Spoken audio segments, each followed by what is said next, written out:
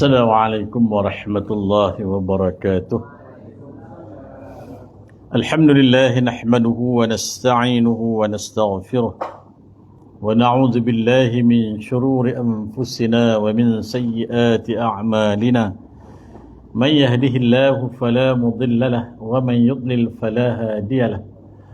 Asyhadu an la ilaha illallah wahdahu la syarika lahu وأشهد أن سيدنا محمدا عبده ورسوله اللهم فصل وسلم لهذا النبي الكريم وعلى آله وصحبه وذريته أجمعين سبحانك لا علم لنا إلا ما علمتنا إنك أنت العليم الحكيم ولا حول ولا قوة إلا بالله العلي العظيم اللهم ارزقنا فهم النبيين وحفظ المرسلين وإلهام الملائكة المقربين اللهم افتح علينا حكمتك وانشر علينا من خزائن رحمتك يا أرحم الراحمين رب اشرح لنا صدورنا ويسر لنا أمورنا واحلل عقدة من ألسنتنا يفقه قولنا آمين.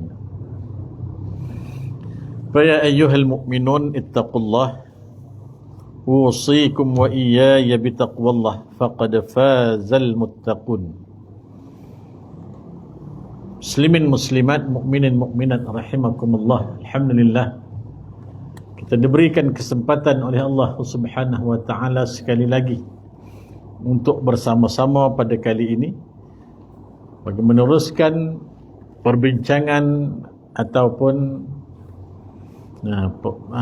syarah tentang kitab daripada keistimewaan umat Muhammad sallallahu alaihi wasallam yang masih lagi di dalam bab yang Nabi sebut kalau kamu bersedekah dengan tamur atau kurma, bahasa Melayu kan, tamur atau tamar, yang maksud sebenar yang Nabi nak sampaikan, istimewanya umat Muhammad ni, apa special dia? Sedekah ni tak payah benda besar, tak payah nampak godang, nampak benda tu gah, tak payah. Buah tamar sahaja. Nabi nak bagi gambaran benda kecil je. Bagi kita, ialah di zaman tu buah tamar ni rata-rata itulah makanan mereka, kan? Depan rumah, belakang rumah, dalam ladang, tepi masjid, semuanya ada buah tamar. Jadi mudah je kalau nak bersedekah ni, tu apa yang kita ada, ringkasnya. Tapi ganjaran pahala yang Allah nak bagi dekat kita umat Muhammad ni sangatlah besar. Allah nak melayakkan kita masuk syurga ni dengan sekecil buah tamar pun layak kita masuk ke dalam syurga Allah Subhanahu wa taala.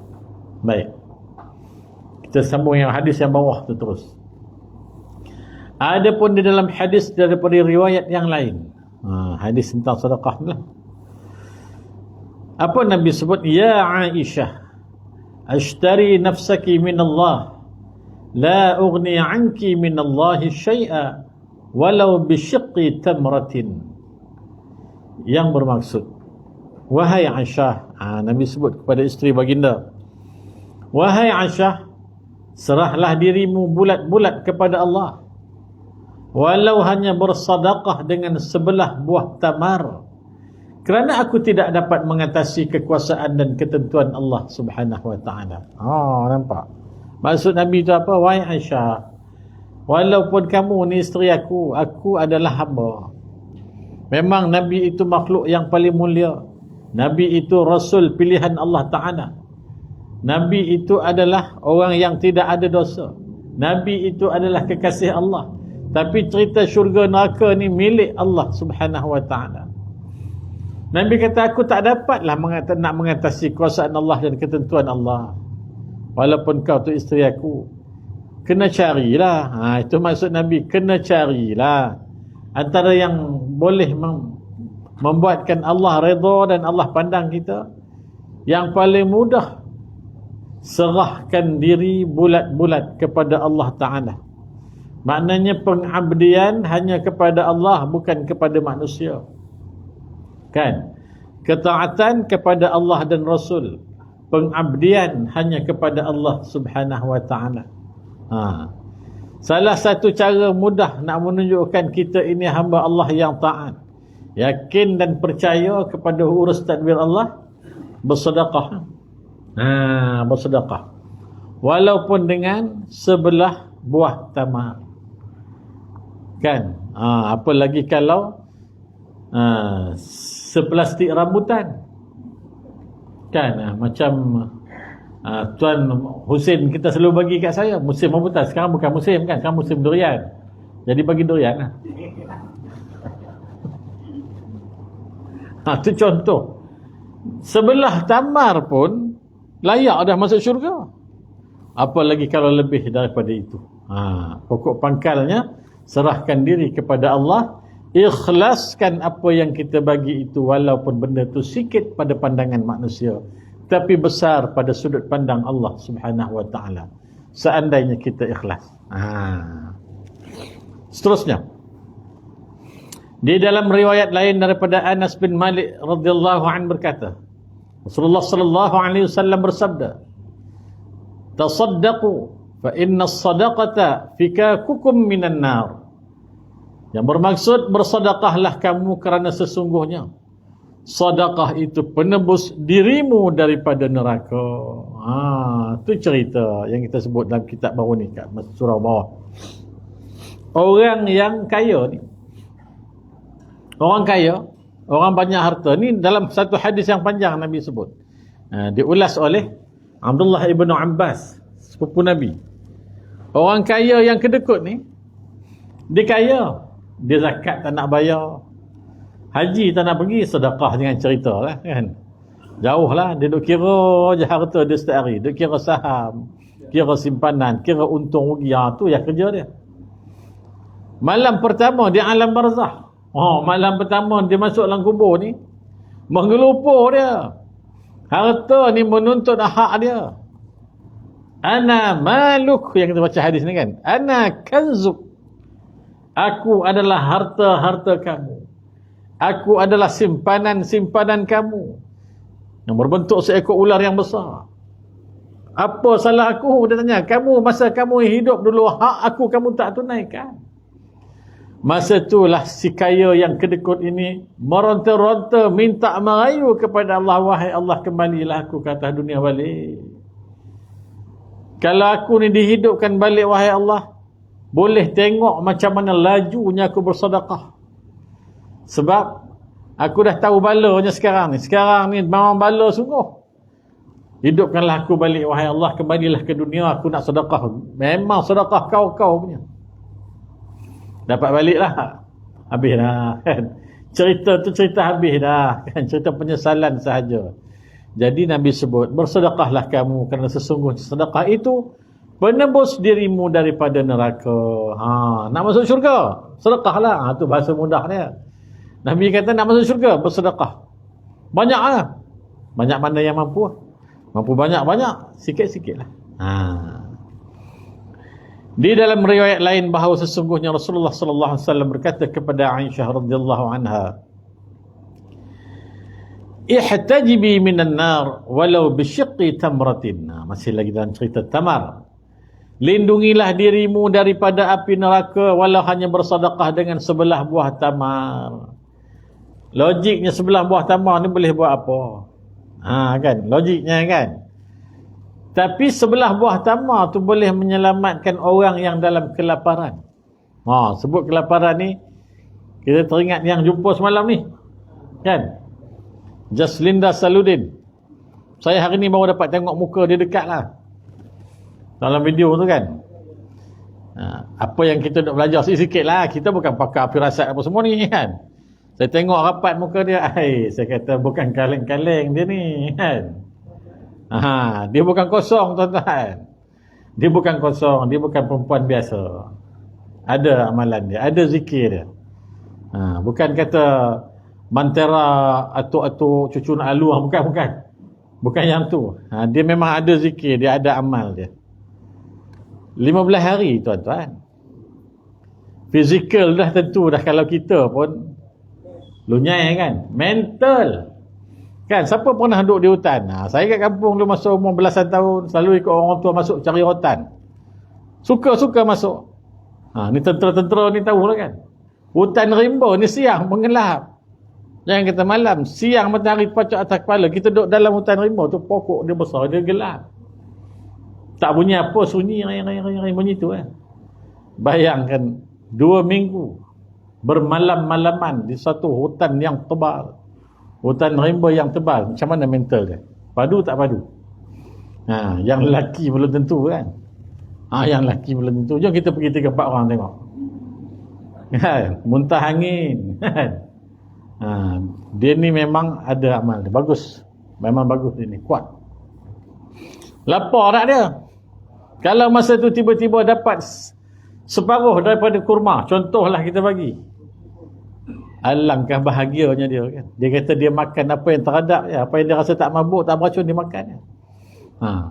Yang Nabi maksudkan ni, kamu bagilah Aisyah lindungi diri kamu dengan api neraka, bagi sedekah dengan sebuah biji tamar ni. Mungkin orang tak nampak apa, tapi orang yang macam perempuan yang kita sebut tadi ni kan, dia makan tu dia rasa lega, barulah dapat makan benda sedap kan. Kita dah menggembirakan orang yang di dalam kesulitan. Di dalam sebuah lagi riwayat, baginda Rasulullah sallallahu alaihi wasallam bersabda, ij'alu bainakum wa bainan nar hijabatan walau bisyiqqi tamratin. Yang bermaksud, dindinglah dirimu daripada neraka itu hanya bersedekah dengan buah tamar. Buah tamar lagi. Cerita benda sedikit lah. Kalau kita kat Malaysia, sebutlah apa pun kan. Sebutlah apa pun. Walau dengan sepiji pau. Kan. Walau dengan seketul donat. Sebutlah apa pun kan. Tapi janganlah kita baca hadis. Nabi pernah menyebut, lindungi diri kemudian neraka dengan hanya bersedekah sekeping roti canai. Mana ada hadis roti canai? Kan? Dengan buah tamar. Kita kiaskanlah kan. Kita bersedekah ni walaupun dengan sekeping capati kuah dal. Bagi kita biasa saja kan. Tapi bagi orang yang memang dalam kelaparan, itulah nikmat yang tidak terhingga bagi dia. Sedekah banyak. Kesemua hadis-hadis yang disebutkan itu menunjukkan kepada kita bahawa sifat mudah untuk bersedekah menghalang diri kita daripada azab neraka. Ini adalah salah satu daripada kelebihan amalan bersedekah. Kita lebih daripada tu kita duk buat kan. Nak pula musim-musim korban ni kan, selalulah kita yang masuk korban dapat banyak kan. Bagi saudara tu sikit, bagi adik-beradik tu sikit. Sedekah. Baguslah tu. Kemudian yang seterusnya, tajuk besar seterusnya, masa sedekah lagi ni. Sedekah menghapuskan dosa sekalipun dosa besar. Sedekah ni menghapuskan dosa sekalipun dosa tu adalah dosa besar. Apa Nabi sebut? As-sadaqatu tudfi'ul khati'ah. Sedekah itu memadamkan dosa. Sedekah kita itu Nabi sebut memadamkan dosa. Baik. Ini ada hadis yang sikit panjang. Kita bacalah. Hadis riwayat daripada Abu Dzar radhiyallahu anhu berkata, Rasulullah sallallahu alaihi wasallam bersabda, "Ta'abbada 'abidun min bani Israil, fa'abada Allah fi sawma'atihi faqala, law nazaltu fadhakartu Allah, fazdadtu khairan fanazala wa ma'ahu raghifun aw raghifan, fabainama huwa fil ard laqiyathum mara'atun falam yazala yukallihuma wa tukallimuhu hatta ghashiha ثم أغمي عليه فنزل الغدير يستحم فجاء سائل فأومأ إليه أن يأخذ الرغيفين ثم مات fawuzinat ibadatu sittin sanatan bitilka zanyatu farajahtu zanyatu thumma wudi'a ar-raghif aw ar-raghifan ma'a hasanatuhu farajahtu hasanatuhu faghfira lahu. Yang bermaksud seorang abid daripada Bani Israel, ahli ibadat lah, abid ni ahli ibadat.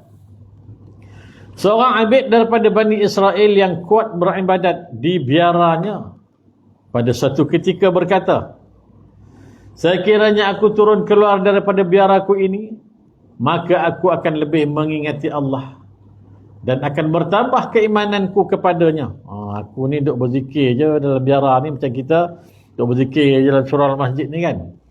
Tapi kalau turun ke bawah buat benda lain, rasanya lagi kuat iman aku ni kan. Maka dia pun keluar daripada biaranya yang terletak di atas bukit dengan membawa bekal seketul atau 2 ketul roti. Apabila dia telah sampai di bawah, maka dia telah tersempak seorang gadis. Abid ini terus berbicara sehingga dia tergoda dan berzina dengan gadis tersebut. Abid ni tuan-tuan, abid ahli ibadat. Kemudian abid itu menyesali perbuatannya dan dia pun turun ke lapak air untuk mandi.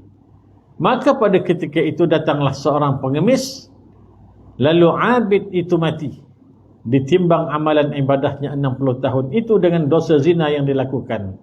Maka lebih berat dosa zina yang dilakukan, maka lebih berat dosa zina itu. Kemudian ditimbang pula seketul atau 2 ketul roti bersama kebaikan bersedekah itu, maka lebih berat timbangan bersedekah itu, maka dia diampun Allah Subhanahu wa taala. Tengok mana dia tak komplit. Datang seorang pengemis, lalu abid itu bagi roti kat pengemis tu. Tu maksud dia. Pengemis ni minta roti, lalu abid tu, ahli ibadat ni bagi roti kat pengemis tu. Lepas dia bagi roti tu mati. Dia dah berzina tadi ni, dia mati. Memanglah dosa zina dosa besar, bukan dosa kecil kan. Kemudian ditimbang pula roti tu yang dibagi pada pengemis yang memang dah berhari-hari tak makan dalam kesulitan, dalam kelaparan ni. Jadi yang roti seketul ni pula jadi lebih berat lagi pula timbangannya, maka dia diampun oleh Allah Subhanahu wa taala.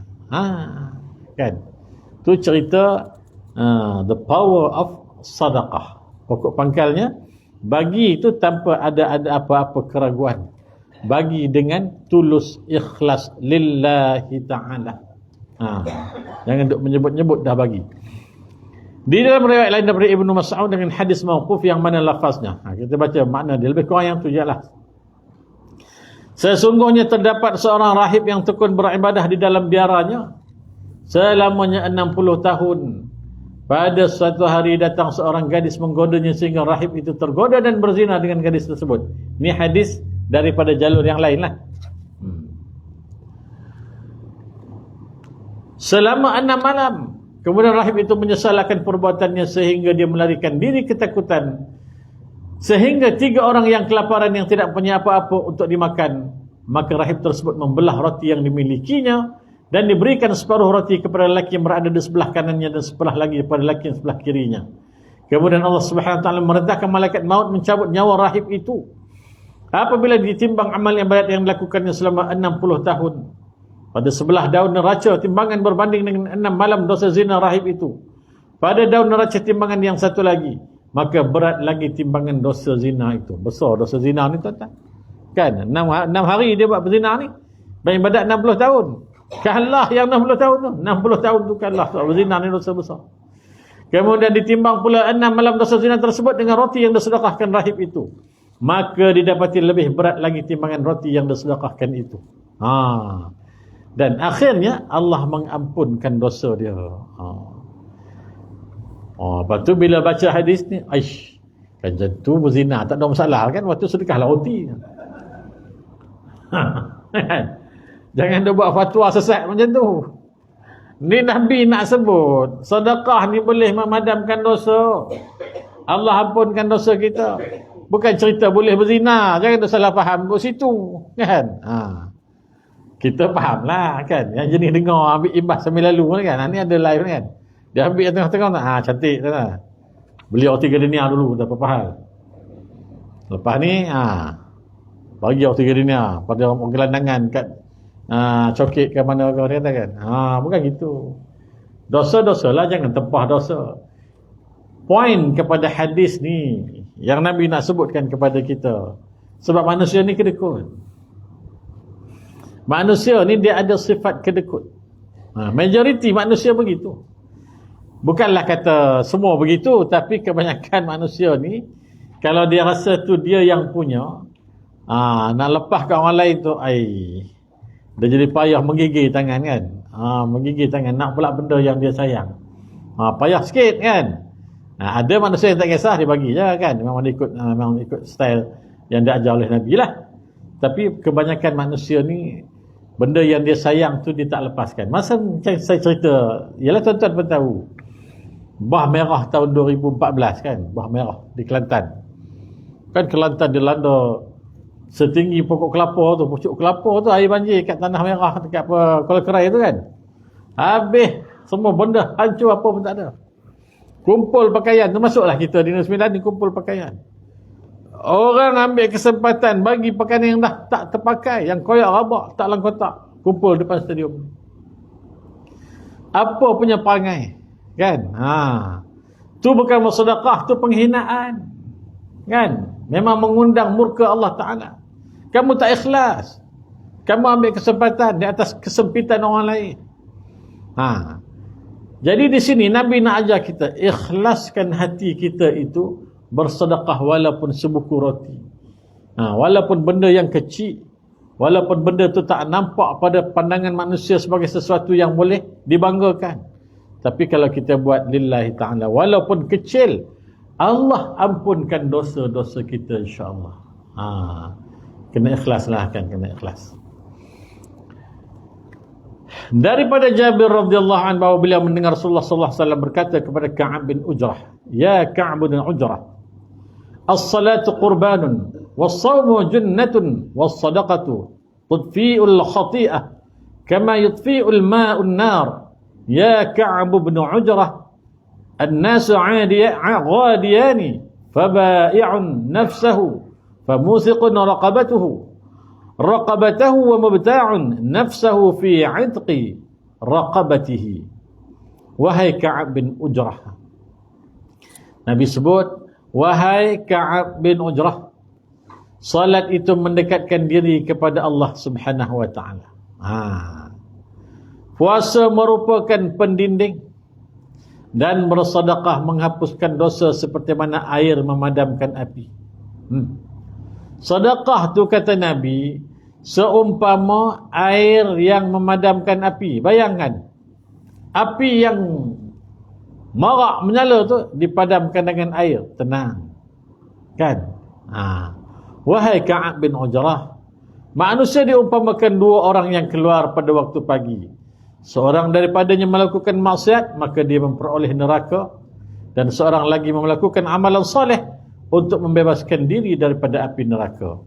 Nak bebas api neraka apa dia? Sedekah. Tu poin dia kan. Dekatkan diri dengan Allah Subhanahu wa ta'ala ni, bersedekahlah kan, kita selamatlah daripada azab api neraka. Banyak ni, panjang cerita sedekah ni kan, panjang nak baca bab sedekah ni. Kita faham dah kan, faham dah. Cumanya kita baca kitab-kitab macam ni untuk kuatkan lagi kita kena punya keyakinan, untuk kita percaya bahawa sebenarnya apa amalan yang kita dah buat selama ni betul lah kan. Tuan-tuan tengok orang yang rajin bersedekah ni, rezekinya tak putus. Rezekinya tak putus, ada je, tak banyak sikit, ada je jalan rezeki pada dia sebab rajin bersedekah. Hadis yang lain kepada Ka'ab bin Ujrah je, kita baca mafhum dia. Dari Ka'ab bin Ujrah radhiyallahu anhu katanya, Rasulullah sallallahu alaihi wasallam bersabda, wahai Ka'ab bin Ujrah, tidak masuk syurga seseorang yang daging dan darahnya tumbuh daripada harta yang diperolehi secara haram, maka nerakalah yang lebih layak baginya. Nabi kata tak masuk syurga orang yang hidup daging darah tumbuh daripada daging darah tu maknanya kehidupannya daripada harta yang haram. Tuan-tuan, kita dulu kerja kan. Abang Azam pun dulu kerja kerajaan. Ramailah kita ni kerja kerajaan, termasuklah saya.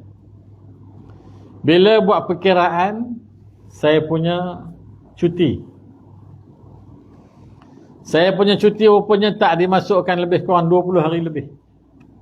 Pihak yang bertanggungjawab nak bayar kat kita kan. Saya kira-kira tu ribu riban, tuan-tuan. Ribu riban. Kita duit kan, laju je tangan tu duduk depan laptop kan. Nak beduk lah laptop ni kan. Nak hantar email. Malam tu tengok. Tiba-tiba datang satu perasaan rasa bersalah. Tak cukup lagi ke apa yang dapat ni. Macam tu. Dia datang macam tu. Lepas tu pop dia fikir balik. Masa aku kerja dulu 20 tahun lebih, kat 30 tahun. Kadang-kadang ada pergi minum lama kan, sampai sejam. Kadang-kadang ada urusan peribadi, hantar orang rumah pergi dapat rawatan ke hospital, lebih setengah jam kan, lebih sejam. Agaknya yang 20 hari lebih ni, yang itulah Allah nak tunjuk orang ni tak bayar sebab kamu kena ambil kat situ lah kan. Jadi saya fikir-fikir balik, banyak tuan-tuan, ribu riban.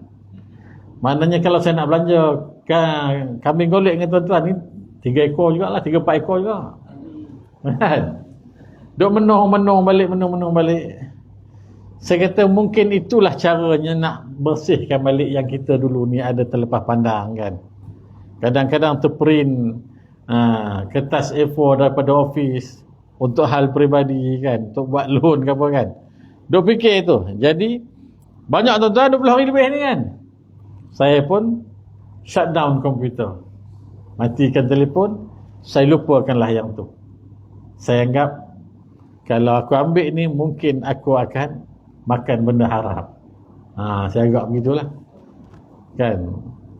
Memanglah dalam satu sudut mungkin tuan-tuan kata, rugi ustaz, belah ribu dulu kan. Jangan duk hasut kan, nanti dia jadi minta balik lagi. Kan? Jadi saya tinggalkan. Saya risau. Sebenarnya Allah sedang membuka jalan untuk bersihkan diri. Kamu jangan tuntut yang tu. Yang tu bukan hak kamu. Tu yang kamu duk mengular-ular dulu ni kan. Tu. Alhamdulillah datang kesedaran tu. Nabi sebut tak masuk syurga. Nabi kata kalau sumber rezeki kamu tu duduk dalam darah daging kamu tu benda haram. Tak masuk syurga kata Nabi. Bila tak masuk syurga apa kata Nabi? Maka nerakalah yang lebih layak baginya. Na'udzubillahi min zalik kan. Menakutkan, cerita neraka ni menakutkan. Wahai Ka'ab bin Ujrah, manusia umpama 2 orang yang keluar pada awal pagi. Seorang daripadanya melakukan amalan soleh untuk membebaskan dirinya daripada api neraka, sedangkan seorang lagi keluar tetapi melakukan maksiat, maka dia akan mendapat api neraka. Nabi nak sebut perangai manusia tu begitu. Ada yang taat, ada yang membantah. Ada yang takut dosa, ada yang langsung tak kira dosa pahala. Jenis perangai manusia begitu. Wahai Ka'ab bin Ujrah, salat mendekatkan seseorang kepada Allah. Puasa itu pendinding dan sedekah itu memadamkan dosa sebagaimana cairnya salji di atas bukit kerana dipancar oleh kepanasan cahaya matahari. Begitulah cerita nasihat Nabi kepada para sahabat ridwanullah alaihim ajma'in tentang sedekah ni tadi. Jadi bila kita baca hadis-hadis macam ni, bertambah kuatlah keazaman kita kan, tekad kita untuk menjadi manusia yang rajin bersedekah. Sebelum ni mungkin kita rasa kita dah buat banyak dah kan. Setiap bagi RM1 kat surau. Okey, teruskan amalan tu. Rasa nak tambah lagi, buatlah yang lain kan, buatlah yang lain.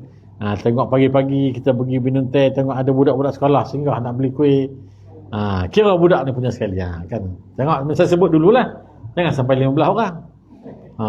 Seorang cukup lah, seorang 2 orang okey, bagi kan, tambah ni apa yang ada tu kan. Baik.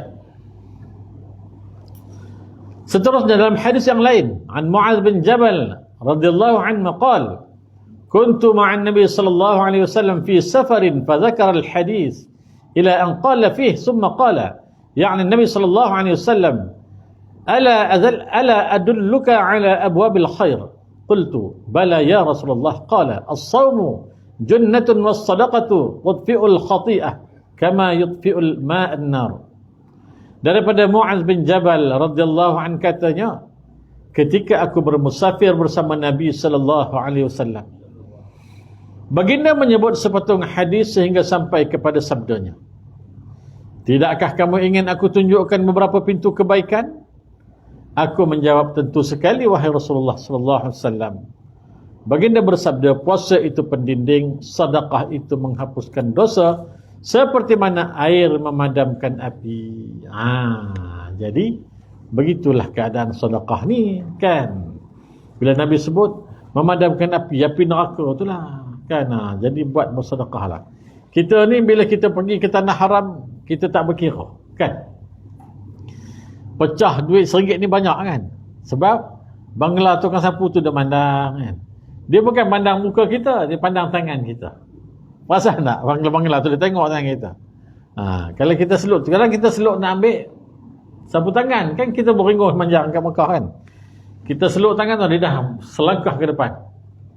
Bila kita seluk beg kita tu, dia dah selangkah ke depan. RM1 dah aku ni kan. Kita keluar sapu tangan, poing. Dia pun tengok, oi, dia kakak pula dia kan. Tapi hati-hati tuan-tuan. Kadang tu dia keluar seorang, rupanya belakang tu ramai. Masa tu kena hati-hati, kena perhati keliling. Bila kita bagi seorang, 4-5 orang datang. Kita ada RM1 tu kan. Yang RM1 lagi nak beli aiskrim. Memang habislah kan. Memang habislah.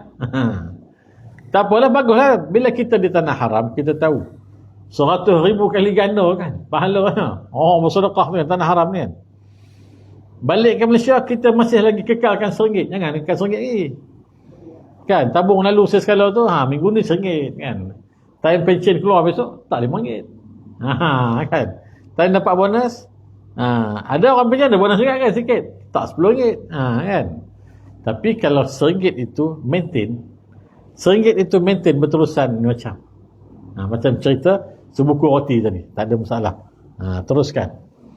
Baik.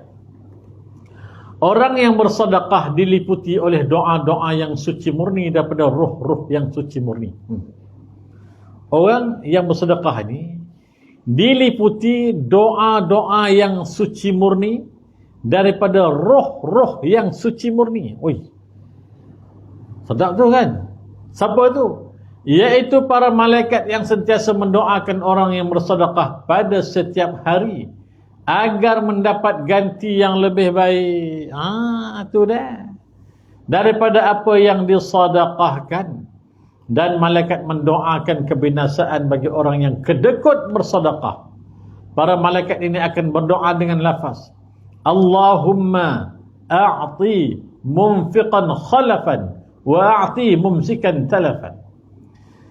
Ya Allah, berilah orang yang bersedekah harta gantian yang lebih baik daripada apa yang disedekahkannya, dan berilah kebinasaan kepada yang kodokut bersedekah. Tu dah. Kodokut kata malaikat. Dah cakap bismillah pula. Ustaz ni lain macam ni kan. Bukan gitu, tu bahasa kita lah kan. Clear lah tu kan. Clear lah orang yang rajin bersedekah ni, malaikat doa kepada Allah, ganti dia ya Allah, ganti dia yang lebih baik, yang lebih banyak. Tadi ni nampak dia bagi dengan seikhlas hati. Kan. Dia bagi dengan seikhlas hati. Jadi orang yang kedekut ni, sebaliknya malaikat doa sebaliknya, jahanamkan dia wahai Allah, bapak kedekut kan. Macam-macam alasan kalau minta bagi derma ke apa ni kan. Tapi tuan-tuan, kalau jenis pak-pak Arab ke Pakistan ke apa ni, yang datang dia bawa kertas-kertas apa, hati-hati, dia orang ni kena scammer kan. Bila kita minta kebenaran mengutip ni kan, kebenaran mengutip duit ni, dia kena ada kebenaran tu. daripada pihak yang berkuasa. Bila kita minta ayam tu, dia tak ada, tengok dia lari, lintang pukang dia lari. Sebab kita angkat telefon, okay, saya telefon polis sekarang tu. Awak scammer tu, dia lari lintang pukang. Kalah Usain Bolt. Dia bukan boleh main kutip-kutip. Kadang dia tunjuklah gambar saudara mara kaki putus apa semua kan. Muka kena peluru lah apa. Pandai dia. Kan? Muka dia pun memang muka kesian. Saya selalu hantar anak balik ke UIA Gombak tu. Sebelum simpang UIA tu ada satu kat Seri Gombak tu. Dan banyak kedai makan. Berdiri sebelah kiri tu kan. Ramai Arab tuan-tuan. Arab. Dia datang tu, dia kata, kebanyakan yang mengaku daripada Syria dengan Palestin. Kita tahu dua ni negara yang berkonflik kan. Bila sebab Palestin, orang Malaysia ni kan, kesiannya, duk bayang kan. Kaya raya dia tuan-tuan. Kita hantar anak bawa Azia. Tengok dia keluar kat belakang dia Honda CR-V. Dia memang, tapi budak-budak situ, kawan-kawan anak beritahu, jangan bagi cik. Dia orang ni memang scammer. Bab berlakon nombor 1. Auta tuan-tuan, bab auta ni, Arab ni nombor 1 auta. Kita ingat kat Lang Yanga kan? Bukan. Arab ni auta ni orang pandai, dia nombor 1. Sangat pandai dia auta. Kan dia buat muka kesian dengan cerita kan. Dia kan kadang-kadang kita tengok benda-benda ni macam dah jadi satu trend kat Malaysia ni. Banyak tempat lah yang mereka ni duk beroperasi macam tu. Baik, jadi kalau kita nak bersedekah, laluan yang betul, saluran yang betul, orang yang betul, okey, tak ada masalah. Cumanya kalau kita dah terbagi kepada puak scammer ni, Allah dah bagi dah pahala kat kita. Soal dia menipu tu, dia dengan Allah Ta'ala, biar dia uruskan. Baik. Seterusnya, sedekah sebaik-baik pintu kebajikan. Sedekah ni sebaik-baik pintu kebajikan. Ani bin Abbas radhiyallahu anhu qala Rasulullah sallallahu alaihi wasallam, khairu abwabil bir as-sadaqatu. Daripada Ibnu Abbas radhiyallahu anhuma katanya, Rasulullah sallallahu alaihi wasallam bersabda, sebaik-baik pintu kebajikan ialah amalan sedekah. Sebaik-baik pintu amalan kebajikan ni adalah pintu amalan sedekah. Pada hari kiamat, orang-orang yang bersedekah akan bernaung di bawah naungan amalan sedekahnya. Hari kiamat besok, orang yang rajin bersedekah ni bernaung di bawah naungan amalan sedekahnya. Hal ini berdasarkan sepatung hadis yang diriwayatkan oleh Uqbah bin Amir. An Uqbah bin Amir radhiyallahu anhu qala, sami'tu Rasulullah sallallahu alaihi wasallam yaqul, kullu imri'in fi dhilli sadaqatihi hatta yufsala bainan nas. Yang bermaksud Uqbah bin Amir berkata, aku dengar Rasulullah sallallahu alaihi wasallam bersabda, setiap orang akan berada di bawah naungan amalan sedekahnya di padang mahsyar sehinggalah diputuskan perhitungan di kalangan manusia. Apa maksud sehingga diputuskan? Berapa ratus tahun, berapa ribu tahun nak berdiri kat mahsyar tu? Kan? Memang ulama berbeza pandangan. Tapi paling kurang 500 tahun akhirat tuan-tuan. Berdiri di padang mahsyar tanpa seurat benang, tanpa alas kaki, tanpa tutup kepala, muat-muat tapak kaki, hidung bersentuh dengan leher orang di hadapan, bahu bertemu bahu, berdiri di bawah panah matahari sehinggalah diputuskan perhitungan. Nak tunggu putus perhitungan tu bukannya yang saya sebut tadi lah. Ada yang kata 5,000 tahun, ada yang kata 500 tahun. Panah tak? Panah nak. Matahari atas kepala sedikit. Tapi Nabi sebut, setiap orang akan berada di bawah naungan amalan sedekahnya di padang mahsyar. Sampai bila? Sampailah namanya dipanggil untuk dibicarakan di mahkamah Rabbul Jalil. Kan? Kita duk tunggu bicara mahkamah dunia ni pun, kan? Tak tidur malam. Kan? Makin dekat makin risau, makin dekat makin risau. Kita semua ada pengalaman kan? Saya ada pengalaman masuk mahkamah. bawa motor tak ada rotek, bawa anak, masa anak sekolah Seri Serban yang sulung tu, JPJ tahan. Saya kata, nak bayar kat mana ni cik? Tak boleh bayar cik, kena pergi mahkamah. Aduh, mahkamah pula dah kan. Nak kena pakai lawyer ke, saya tanya. Dia kata kena pakai lawyer boleh, tak pakai lawyer pun tak apa, bela diri sendiri. Oi, gelabah tuan-tuan masuk mahkamah kan. Maka hari perbicaraan pun tiba. Kita pergi menondong nak masuk dalam kandang tertuduh. Magistrate kata, hui, bawah cukup lah, kau bunuh orang ke? Oh ya ke? Duduk bawah kan. Kamu, dia sebut nama saya. Takut ni. Pada tarikh sekian-sekian jalan tu, depan Ocean tu, situ selalu dulu kan, bawah jambat kan, telah melakukan kesalahan. Mengaku tidak? Mengaku tuan kan. Lepas tu kita duduk diam lah, kita orang salah kan. Habis kau diam buat apa? Tak nak merayu ni. Oh, rupanya kena merayu. Merayu tuan. Dia pegang, tutup, ketuk dah. RM70 lah. RM70 bayar sekarang ataupun penjara sehari. Oh, laju lah kita pergi bayar RM70 kan. Kita nak penjara sehari, jahanam hidup kan. Pergi bawah kita pergi. Takut tuan-tuan. Itu baru kena RM70. Ini perbicaraan silap-silap 7,000 tahun duduk dalam neraka jahanam. Tak takut ke? Kan? Na'udzubillahi min zalik. Kan? RM70 berketul lutut kan. Itu kali pertama. Kali kedua kena lagi. Bawa kereta pula tak pakai tali pinggang. Kali ni something. Kita dah ada pengalaman kan. Masuk macam ada taker goyang ni masuk. Kau mengaku salah, mengaku tak, minta rayuan tuan terus. 150 kata. Aku berani 150 pula. Masa aku takut 70 kan. Macam-macam pengalaman. Aduh, aku tunjuk handal 150 pula dah. Tapi tunjuk takut RM70. Bayarlah kan, salah. Mahkamah dunia kan. Ni nak tunggu hari perbicaraan. Sehinggalah diputuskan perhitungan manusia lintang pukang. Manusia yang menangis kekeringan air mata, kata Nabi. Yang mengalir daripada kelopak mata mereka hanyalah darah-darah, yang akhirnya darah itu juga akan kekeringan. Cerita mahsyar. Tapi orang yang bersedekah ni Allah bagi satu naungan kat dia. Tadi sebut duduk rapat-rapat. Takkan dia seorang dia dapat naungan tu, yang sebelah mesti dapat juga. Jangan guna logik akal. Benda-benda mahsyar, benda syurga neraka, benda cerita akhirat alam kubur ni bukan boleh guna logik akal. Kan? Bila Allah kata yauma la zillun illa zilluk, yang Nabi sebut tu, hari yang tidak ada teduhan melainkan teduhan Allah Subhanahu wa taala. Macam mana Allah nak buat, mana kita tahu? Mungkin Allah akan pindahkan orang yang bersedekah ni pada satu tempat, duduklah kamu di bawah naungan pohon sedekah ini. Itu Allah punya kuasa kan.